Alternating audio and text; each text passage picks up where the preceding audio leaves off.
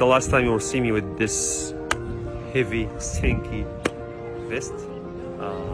I decided to evacuate today, so we're sorry, but inshallah, hopefully soon come back and help to build Gaza again.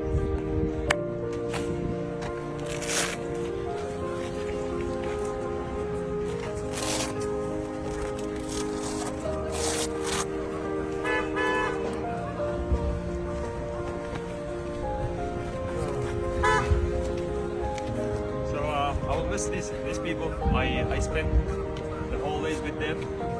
Even once of time him picked me out to the office.